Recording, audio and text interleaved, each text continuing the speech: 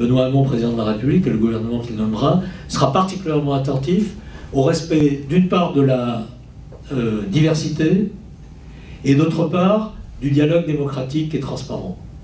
Alors, dialogue démocratique et transparent, ça répond à votre troisième question sur l'importance qui est donnée aux sociétés pharmaceutiques, c'est-à-dire aux industriels, du médicament ou de l'ensemble des produits de santé, il n'y a pas que le médicament, et les industriels, en particulier du numérique, sont en train d'arriver à toute vitesse là-dedans. Là, la réponse est extrêmement claire pour nous, bien entendu, c'est à la puissance publique et à la collectivité d'assumer complètement ses choix et de les faire de façon complètement indépendante en interdisant les conflits d'intérêts. En interdisant les conflits d'intérêts auprès des professionnels et auprès des représentants des usagers. Voilà, je ne peux pas être plus clair, ça veut dire qu'il y a des associations de patients qui, malheureusement, parce que le soutien au monde associatif a beaucoup diminué au cours des 2 quinquennats qu'on vient de vivre. Il y a des associations de patients qui reçoivent leur subside d'industriels. Et encore une fois, pas seulement d'industriels du médicament. Veolia n'est pas un industriel du médicament, mais il intervient dans le domaine de la santé. Les fabricants de tabac ne sont pas des industriels du médicament, mais ils interviennent. Il se trouve que les capitaux qui sont dans les industries du tabac et dans les industries pharmaceutiques sont très souvent les mêmes. Donc les choses sont réglées assez facilement. Mais nous interdirons, et nous serons particulièrement vigilants pour interdire complètement les conflits d'intérêts, en particulier dans le domaine de l'information. Ça veut dire, le corollaire, qu'il faut que la puissance publique assure complètement le financement de la formation initiale et de la formation continue de l'ensemble des professionnels de santé. Voilà, et la réponse est vraiment extrêmement claire. Ce que je vois bien, et c'est une analogie avec le monde politique, c'est qu'il y a des rapports de force à l'intérieur de... Voilà, et que... Il y a du lobbying. Voilà, il y a du lobbying. Ah oui, voilà, alors ce que je voulais vous dire, c'est que quand vous me dites que tout ça est fait pour qu'on utilise, on prescrive plus de médicaments, et... oui, bien entendu, bien entendu.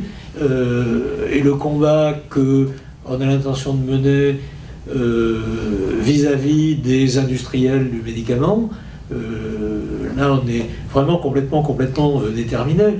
Cette histoire de perturbateurs endocriniens, c'est la conséquence directe de la pression de l'industrie chimique. Et l'industrie chimique, c'est les industriels du médicament. Hein. Ceux qui produisent les médicaments, c'était des chimistes depuis pas très longtemps, c'est des biologistes. Mais, oui, mais voilà. Les psychanalystes ne sont pas contre les industriels du médicament. Non, non, mais monsieur dit que toute cette stratégie est élaborée finalement pour que la prise en charge des maladies psychiatriques soit d'abord médicamenteuse, pour que ça fasse vendre des médicaments. Bien entendu, je ne peux être que d'accord avec vous. Nous, ce qu'on propose pour ça, on est dans un système de santé, Madame Lavigne, je suis désolé, mais qui n'est pas socialiste, parce qu'il est dans une économie de marché. Hein. Voilà. Dans cette économie de marché, dont il faut bien s'accommoder, le pari que font les sociodémocrates, c'est d'arriver à gérer dans une perspective sociale des systèmes qui fonctionnent dans une économie qui est antisociale par définition. Donc c'est assez compliqué, il y a un paradoxe. Donc si je me mets en colère quand monsieur me dit vous êtes en train de pas... Bon, parce qu'on est dans ce paradoxe, parce que nous on prétend vouloir gouverner. Voilà, il faut s'adapter dans cette économie. Moi je rencontre souvent, surtout en ce moment, les industriels du médicament, le LEM, hein, qui est, je sais pas quoi, le syndicat des producteurs de médicaments, je sais plus ce que ça veut dire, ça veut dire les entreprises du médicament, le LEM. Hein, ils sont pas syndicats, ils sont pas... Voilà. Vous savez, quand je tiens le discours que vous tenez, ou que je tiens exactement le même, ils disent, bah, vous savez, l'industrie du médicament, c'est 100 000 emplois, donc foutez-la par terre, ça fait 100 000 chômeurs en plus. Bon. Alors... Qui va se présenter aux élections en disant ouais, moi avec le programme que je vous présente, je peux vous garantir déjà que ça va faire 100 000 chômeurs en plus. Bon, c'est n'importe quoi leur chantage, bien entendu. Hein, parce qu'ils ont 0 molécule nouvelle dans leur portefeuille. Hein, donc de toute façon, ils courent à leur perte. On court à leur perte, parce que ça nous concerne aussi. Bien entendu. Comme vous le savez, il n'y a plus aucun effort de recherche de l'industrie du médicament en Europe, pas seulement en France. Toute l'industrie de recherche a été rapatriée aux États-Unis parce qu'ils ont très peu de molécules dans dans leur portefeuille. Le siège, même je crois que le siège social de Sanofi est à Boston. Enfin, en tout cas, le PDG de Sanofi, son bureau est à Boston, et son bureau n'est pas à Montpellier ou à Paris, enfin, dans la banlieue sud, là où ils étaient avant. Voilà. Donc, qu'est-ce qu'on propose pour ça, nous? On propose de lutter contre les conflits d'intérêts, d'interdire les conflits d'intérêts, on propose de la transparence, on propose de mettre des professionnels, de mettre des utilisateurs dans les comités de fixation du prix du médicament, on les menace de ce qu'on appelle la licence d'office, c'est-à-dire que s'ils exagèrent, on peut décréter qu'on fabrique des génériques. Hein, vous connaissez le Sovaldi comme moi et le traitement de l'hépatite C et les sornettes qu'on nous raconte sur les traitements d'immunothérapie anticancéreuse parce qu'il y a une molécule qui agit sur les mélanomes métastasés. On nous dit ça y est, tout le problème des cancers du poumon et des cancers solides va être résolu. Donc préparez-vous à payer.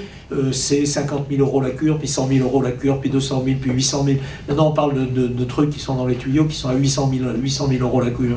Voilà. Bon, donc ils ont changé le modèle économique. Le modèle économique, c'est ce qu'on appelle la propension à payer. Combien la société est-elle prête à payer pour sauver des vies? Moi, je veux dire, si vous comme moi, si on a un mélanome métastatique, moi je suis prêt bien sûr, à payer tout ce que j'ai, à vendre mes fringues pour si on me dit que j'ai quelque chance que ce soit de m'en sortir. Bon, mais donc on est dans un système de gangsters. Hein, je m'excuse, j'emploie des mots crus, mais c'est... bon, donc je partage complètement votre sentiment. Bon, donc dans ces rapports de force, il faut que chacun agisse avec les moyens qu'il a à sa disposition, que les corporations agissent avec les moyens qu'elles ont à leur disposition. Moi, tout ce que je peux vous dire, c'est que nous, on essaye de porter un programme politique qui permettra d'avoir des arguments pour aller contre ça, parce qu'il s'agit d'une lutte, mais c'est pas sûr qu'on pourra gagner.